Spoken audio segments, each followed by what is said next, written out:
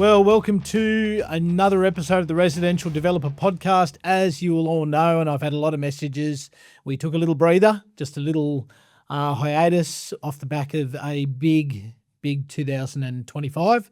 So this is our first episode for the year.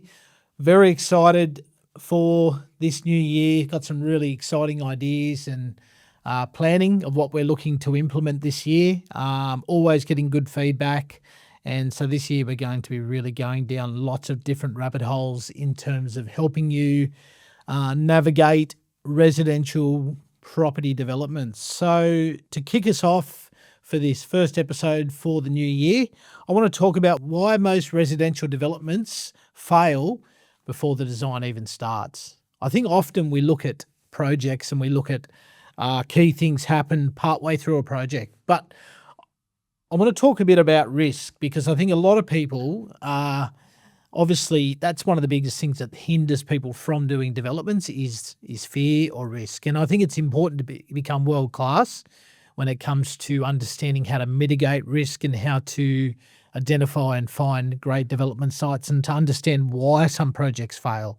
Often we don't sit there and look at why did that project fail or why did that development fail or why didn't it work? And I think it's key to look at that because the more you go down into it, there's principles that apply across projects that I believe you can adapt when it comes to doing projects. And I think, I think most people think that residential projects fail on site, that most projects fail on site. But the reality is a large chunk of projects actually fail before you've even started the design process. And I think that's really key. And I want to go into that side of it today.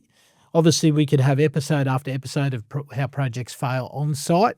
But I think a lot of projects, you'll be amazed the amount of projects that actually fail before you've even put pen to paper, before you've even started the design process, let alone the construction process. And, I think when you look at it, before the drawings have even started, obviously my core business is over my career has been design, planning, that entire planning piece. That's been my core business for over 20 years now. But before that time in which the drawings are done, the planning's done, the approvals have been carried out, most of the risk on a site has already been locked in. It gets locked in before any of that happens. And obviously over the course of my career, I've spent countless thousands and thousands and thousands of hours in the space of planning, feasibility, design, helping people identify and look at sites. And unfortunately, and I've said this before on the podcast, unfortunately, not a week goes by where I don't talk to someone or my team talk to someone, unfortunately, who has bought a development site that does not work, that does not stack up. It may not stack up from a money point of view, may not stack up from a planning point of view. There's countless reasons why sites don't stack up. But unfortunately, not a week goes by where we don't have some form of conversation with someone who has made a decision and bought a site that does not work. And then they then have to come and see someone like us who is skilled in this area to have a look at that site and see what can be A, salvaged, or B, to look at it with a fresh set of eyes, planning eyes, and actually look at what can be done or what can be achieved on that site to make it profitable or at worst for that person to be able to give them an exit strategy to get themselves out of that predicament or that mess that they've found themselves in. In my notes, I wanted to introduce this key idea that early decisions compound, later decisions just manage the damage. See, when you make early decisions, it compounds. So if you make early great decisions, it compounds. And those great decisions often lead to things going really well. But the danger can be when you make early decisions that are possibly critical and dangerous decisions for that project, it can often compound, and that what started as a small issue can then arise to become greater and greater and greater, and it can compound. And the problem is the later decisions that you make on that project that may have already been compounded into difficult or not ideal decisions, that then the problem is you then have to manage the damage. And unfortunately, a lot of people, that's what burns them out in this industry, is they have to become good at managing damage or good at mitigating or avoiding further damage, rather than actually making great decisions early on, profitable decisions early on, so that you're not having to go down that route.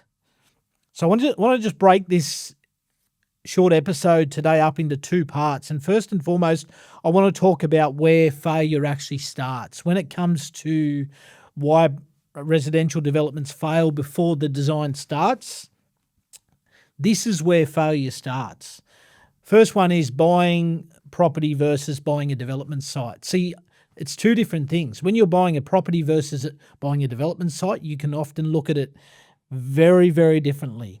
And they're completely different decisions. When you're buying a property, you're often looking at, you're looking at very different things that you may be with a development site. I love to play in the development space, but we bought a family home that we wanted to renovate, and it's in an area that is terrific for our kids and our family. And I'm telling you now, when I was looking at that site, I wasn't looking at the yield on the site. I wasn't looking at the slope of the land. I wasn't looking at all the different services and resales for townhouses or duplex and all those different things that I may be looking at if it was a development site. I was looking at it purely through a selfish lens in terms of what the needs and the wants and the aspirations and the dreams and the goals were for myself, my wife, and our kids.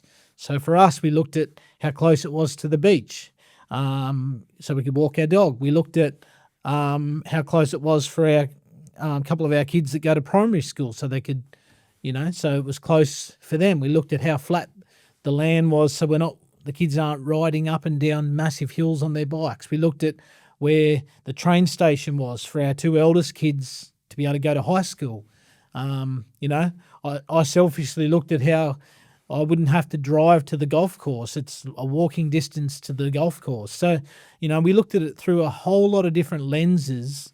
We looked at, some of the ocean views. We looked at all the different things like that. We looked at the fact that it already had a really good pool that would cost a fortune these days to build, because it was a concrete pool with rock and, it had a bit of a resorty type feel already. And we just had to obviously add our own touches and love to the project. But there were things on it that we just did not look at it through the eyes of a development site. We looked at it through the lens of buying a property versus buying a development site. And I think this is one of the areas where failure does start with a lot of people, is they look at a property, buying a property, not buying a development site.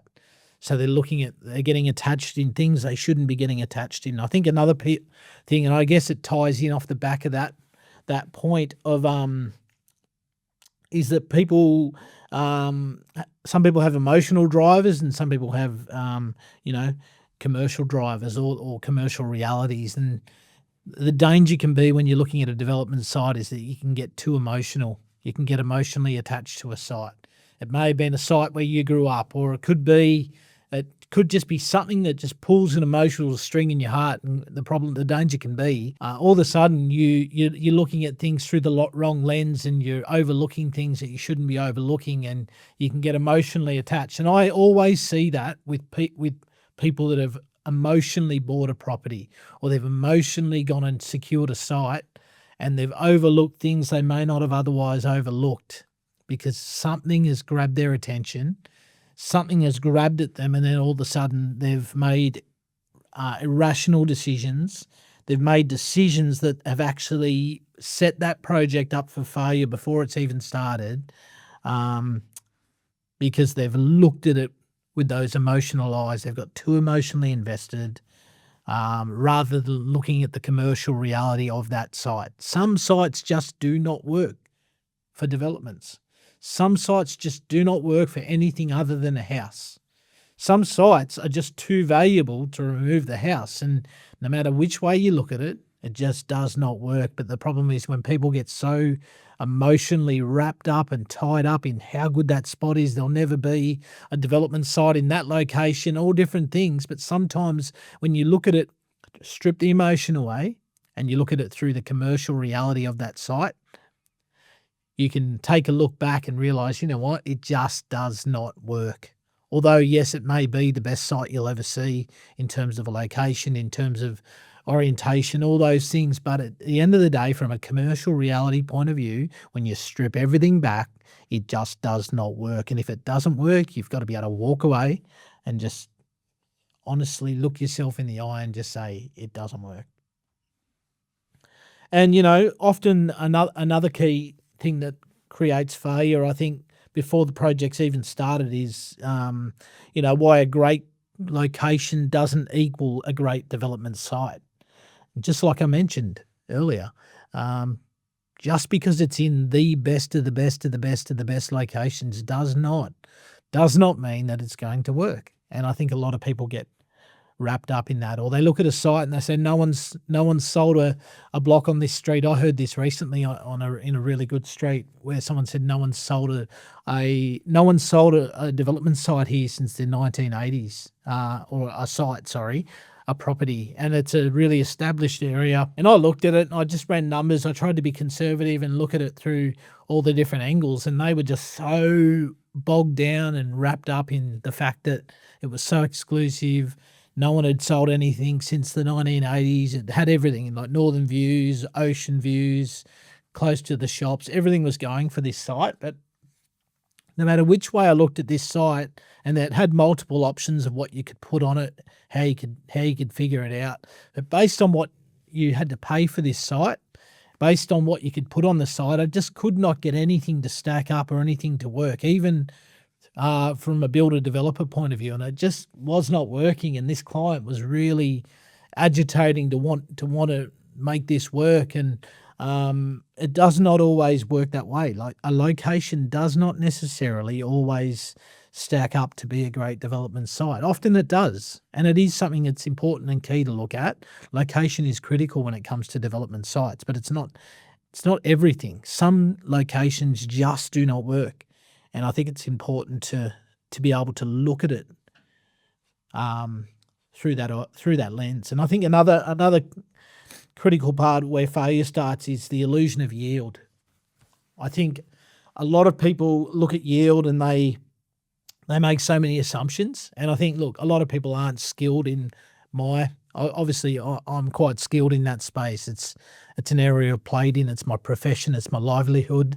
It's my core business is obviously townhouse, dual lock, development, design, planning, specialisation. So I am quite skilled at that. But I always say to people, like, if I look at a site and I can't give you a clear yield by looking at it, why would you take that risk and look at a site and thinking you can do 4 townhouses when you come to me and I look at it and I say, look, I'm not confident. Like, in order to give you confidence, we would need to do some sketching and we'd need to do spend a bit of time and, in your case, a little bit of money to be able to investigate and give you certainty of what can actually be achieved. And I think that's one of the dangers that happens on so many sites, is this illusion of what the yield is on the site. Not only the yield of what's on the site, but the resale and what's possible on the site. I think it's that illusion. But I think, people assume the yield before they check any of the controls. They look at, it's a 900 square metre block, this bigger frontage. Another development was done down the road. They put 3 townhouses on it.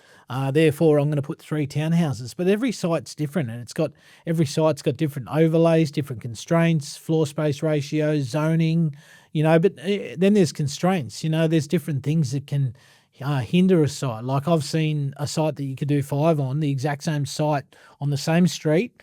You could only get 3 on because of various constraints, being things like trees or easements or, sewer inspections or sewer pits, manholes, that sort of thing. Like, there's so many different things that can hinder and shape a yield. And the danger is when you bought the site and you haven't taken the time to investigate and to really dig down and drill down on what can be achieved, you can get yourself unstuck and you can bring yourself get yourself into trouble. And that's why I'm amazed the amount of developers that won't spend a little bit of money on feasibility sketches and on determining yield before they secure a site. And again, and I've said this multiple times in 2025 on this podcast, I'm amazed the amount of investors and developers that don't factor in a little bit of finance into their feasibility for due diligence work to ensure that you pressure test a site before you've gone and bought it to give yourself clarity and confidence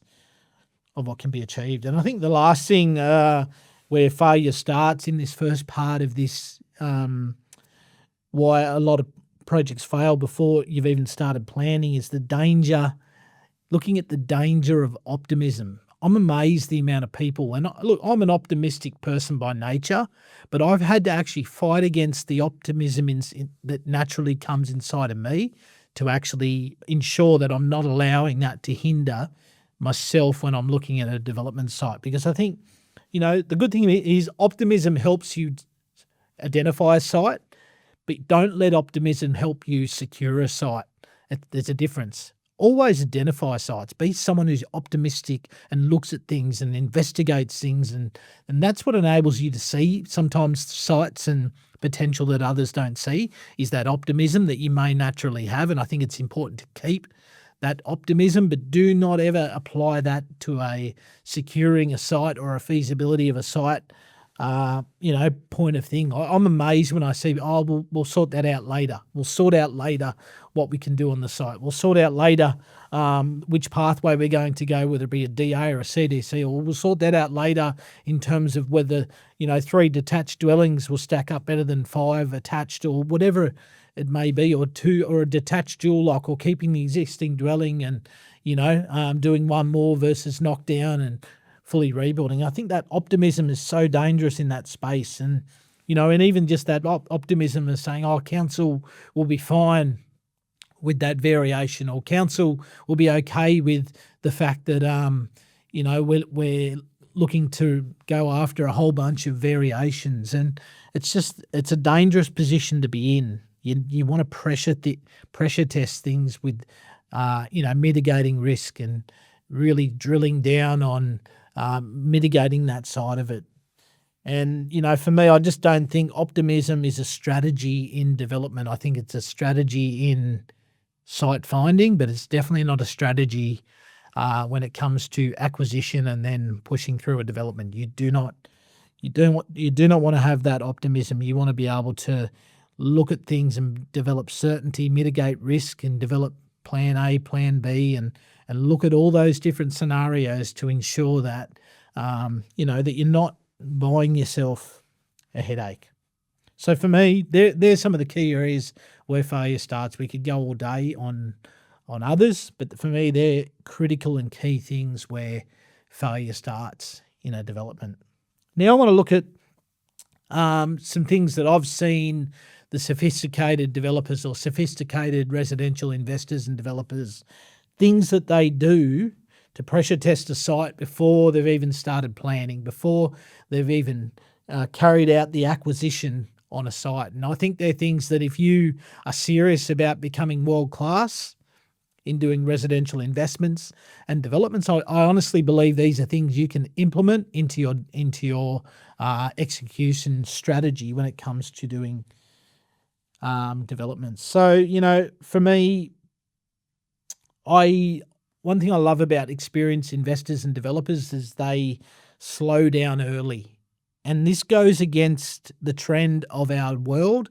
It goes against the trend that we push. It goes against the trend that brokers, banks, all different social media, all different people are pushing of speed. Speed is critical. Speed is key. Now, look, don't get me wrong. We don't want to drag things on. But one thing I've learned about the best developers, my best clients, I'm telling you now, they do not panic. They do not rush like some of my less experienced clients. And that's why For me, I can tell when someone's legitimately great at what they do because of the manner and the speed in which they do things. They don't want things done ridiculously slow, but they don't speed up the process to the point where they overlook things and they make mistakes. And I think that's the danger. Honestly think that's one of the biggest dangers that I see, where there's scarcity for a site, so people make silly decisions out of being rushed or being panicked into making a decision. So the problem is they got rushed into buying the site, didn't do any of the checks, didn't do any of that, and then all of a sudden they're having to rush the project to avoid extra interest and all that sort of thing, and the whole thing just gets compounded. Like I said, you make one mistake early, it gets compounded later on, and then you're having to mitigate that risk. So for me, that's a key thing. The key developers, they slow down early. And when you slow down early and you plan and you strategize well, I'm going to be doing an episode on this. When you slow down early, you strategize well, you don't come back and have to fix up things later on. So it actually speeds you up in the long term by slowing down early in the piece. And, for me, it's also understanding that feasibility is not just numbers, it's understanding, planning, reality. See, I'm amazed the amount of people, they look at the numbers first. But the problem is, how can you look at the numbers first if you don't know what can be done on the site? Because the numbers you're running, often this is where people become so unstuck, because they just guess, or they guess what you can do on that site. Someone did 3 townhouses, so therefore we can do 3 townhouses. They run their numbers. Yep, the numbers are great. The numbers stack up, and the problem is they're emotionally invested in the project then, because the numbers are so good. So they're emotionally invested in the numbers and the returns, and then they overlook everything else, and they manipulate or they squeeze the site, or they become optimistic about what can be done to squeeze it in. But no, for me, the best of the best and the most experienced and the most skilled investors and developers in this space, the numbers actually sit at the back. And I want to give you an order of how you should look at a feasibility on a site. And this may be something you've never heard before, and I'm not saying it's the only way. Again, I can only share strategies I've developed and strategies I know that have been developed by world-class people who in this space who have become elite when it comes to pulling off projects and developments, and a lot of them at scale. First thing they look at is the planning constraints. What can be done on the site? What's constraining this site? Does that pass the litmus test? Does that pass the test? If that doesn't pass the test, see you later.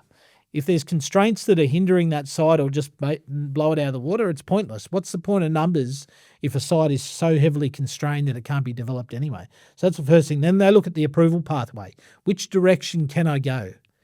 Is it a DA? Is it a CDC? What type of subdivision can I do? Can I do a Torrens title? Is it a strata title? They look at what type of developments, what options do I have in those developments, because then you can run multiple FISOs, and sometimes 2 detached dwellings DA may stack up better from a financial point of view than doing a side-by-side duplex, or 3 terraces CDC. It may be a faster pathway, but you might be able to get 5 townhouses if you go DA, or you might be able to go 3 detached dwellings instead of 5, and all of a sudden, 3 detached dwellings versus 3 or 4 attached terraces. You've got to be able to run those scenarios. So they're looking at the constraints first, so they clearly know what can be done. They're looking at the planning pathway. The next thing they're looking at is buildability.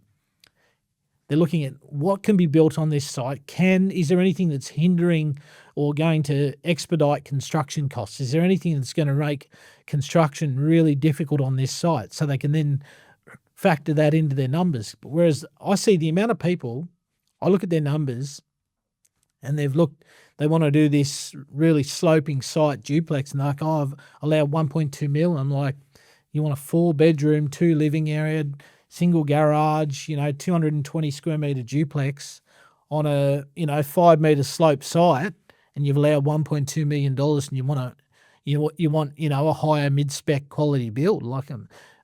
Oh yeah, look, I spoke to this project builder and they've compared it to a flat block or whatever they've looked at. And the problem is they've just gone the complete backwards way. So you've gone through the planning constraints, tick.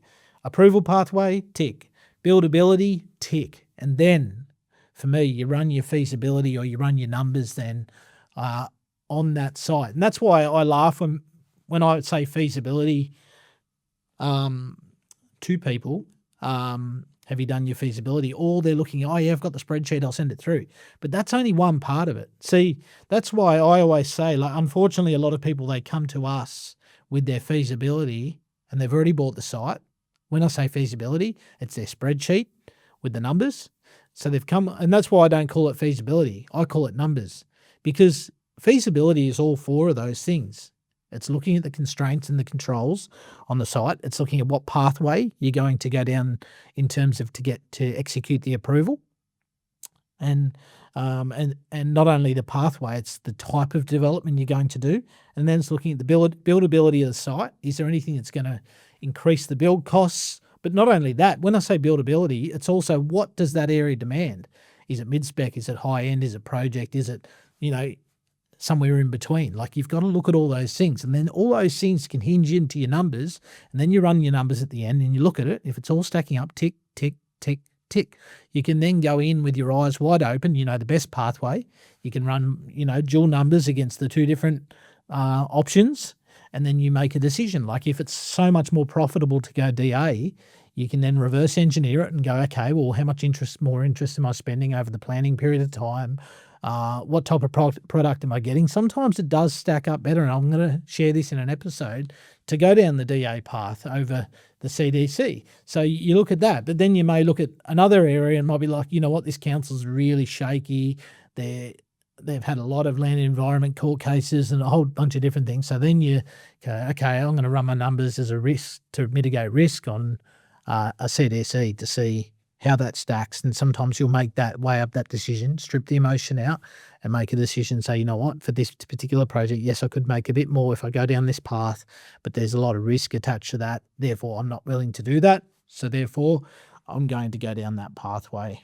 And, for me, the danger can be when you skip those steps, it can show up later. And like I said, I've seen people skip the step of planning constraints and controls, or the approval pathway, or buildability. They've just run the numbers. Yep, great, it's hitting, 18%, or it's hitting 25%, or whatever it's hitting. And so they've bought the site, and then the problem is these constraints or these elements of a feasibility always show up later on in the project, even if you avoid them in the now. They will always show up later. Like, we're looking at a site for someone at the moment. Unfortunately, they bought the site, but there's a whole bunch of planning constraints on this site. Actually, we've got two projects at the moment. Another one, a lady, bought it hoping to do multi-dwelling, but it just doesn't work. And I would have told her that from day one. And unfortunately, she's bought this site, and everything she hinged on, the numbers were based on multi-dwelling, and it just can't be done. So unfortunately, these things always show up later. They may not show up till partway through, but they will always show up on a site. So I think, for me, that's the way I believe a sophisticated investor and a developer operates. They look at things through that world-class lens of a true, proper feasibility. They invest in making sure that everything's right from a planning point of view. Then they look at the approval pathway and what type of approval and what type of product they need to be able to get on that site. They look at the buildability of it, what's needed, and that obviously helps outline a lot of the costs involved then in their numbers, and that's showing up in their numbers. And they drill down on their numbers, and they work that way. So for me, like, it's just a critical part of planning, and like I could do a couple of months worth of episodes just walking you through real life stories where either these steps have been ignored. So unfortunately, people that have had to experience the pain of not following those steps, but I can also tell you excellent stories of people that do and have followed those steps, where they've invested and investigated early on the things that can be achieved on that site before they've even bought the site. And it's brought about a much smoother project rather than a chaotic project that's littered with headaches and littered with concerns. I remember we've got a project at the moment. Unfortunately, they bought the site close to a uni. The idea was to do a boarding house on the site, and unfortunately, they didn't follow that path of looking at the constraints and the approval pathway and even the buildability. So they got this Class 3 boarding house approved. It was a whole lot of headache, whole lot of work for them. Then the problem is it was a Class 3, took forever to get the DA. But now the problem is they've only now that they were pricing it up, and this wasn't through us. This was through another design and planning company. They've got this Class 3 boarding house now that just does not stack up. The construction costs were way more exorbitant than what they'd planned and what they'd allowed for. It just doesn't work. So they've come to us now, obviously having to save the day in the sense of make it stack up, and it's been a big process. We've got some ideas, thankfully, in this case. Sometimes you get lucky where there are other options. There are options they didn't expect or realise. But it's just a prime example of, I see a lot of this now. Like probably every week, nearly, we get an inquiry from someone who's spent a whole bunch of money on planning, design, approvals even, and on things that just don't work. So often we get people come back to us where someone's designed something that's just completely out of their budget range and can't be built, again, because they didn't look at buildability, didn't look at the numbers, maybe got too emotionally invested in that project, or whether the designer or the client or both. There's so many stories where that has happened and does happen. But equally so, I've got so many great stories of clients and people I work with that follow the process and took the time to navigate what could be done, and early in the piece, getting confident on the yield, getting confident on is the site constrained, what issues are there on the site, really going down that path of doing good thorough due diligence. And then as a result, it creates a really good springboard and starting point. And like I said, slowing down early to be able to speed up later in the future, taking the time to slow down, to get it right, to not be disrupted. And then as a result, coming off the back with a exciting development site. For me, there's obviously common mistakes and warning signs that I see when it comes to mistakes and risks on why a lot of development sites fail before even going to planning. I think one of the big ones that's obviously fairly obvious is buying before researching or before getting advice.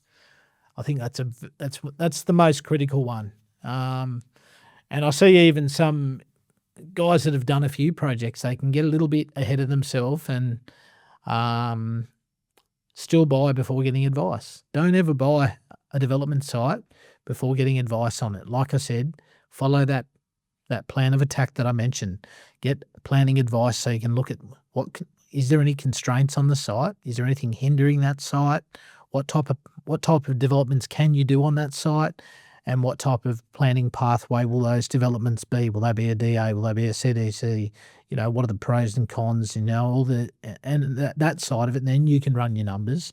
Don't ever buy a site before getting advice. Another mistake I see is assuming council flexibility. Just making assumptions that council will be fine with that. Council will be fine with that constraint. Don't ever just assume. Don't make assumptions that council will be okay with those things. That's where you've got to get good expert advice. You need to get world-class support and help so that you can go in with your eyes wide open. I'm amazed the amount of people that have bought sites where they just assume that council would be flexible. Even so much so, and I had an experienced builder buy a site in the wrong zoning. So he bought a site thinking he could do multi-dwelling. This particular council doesn't allow multi-dwelling in R2. It's right next to R3, this particular block, and he just assumed, it's right next to R3, it'll be fine. But you got to remember, like, zonings are there for a reason, and often, especially where there's a lot of sites already zoned R3, for example, you've got to, do you want to go down the headache of trying to get that site rezoned? If there's already a lot of land rezoned in that particular zoning, why would council make it easy for you to get that site rezoned? Why would you want to go down the risk for a small development site? We're not talking we're talking like 3 townhouse site. Good luck. Like, you're running so much risk by doing that. And like so many people, they will run down that risk and just assume that, okay, council will be flexible. The other thing, the other common mistake, and I guess warning I'd give is just avoid falling in love with a site. And I know it's easy to do, and I know if you love property, if there's a nostalgic thing about a particular area, it's easy just to get consumed with that. But just really just avoid falling in love with a site. Don't fall into that trap, because we can be all prone to it, but the danger can be is that you then begin to just look at things with rose-coloured glasses, and you don't make wise decisions when that's the case. So just avoid falling in love with the site. Avoid falling in love with an area. Just, yes, find an area that works and enjoy that area, but always look at it with commercial eyes. Don't look at it with eyes of emotionally invested eyes into a space. Look at it with your commercial hat on. Even if you've got to tell yourself, like, physically say, all right, I'm taking my emotional hat off now. I'm going to put my commercial hat on, and I'm going to look at this critically. I'm going to look at it with critical eyes and strip away the emotion. I'm going to look at it. If it does not stack, if it does not work, I'm going to walk away. And I think the other thing is confusing urgency with progress. I think a lot of people, they often think urgency means progress. I'm amazed the amount of things that move quickly that aren't progressing.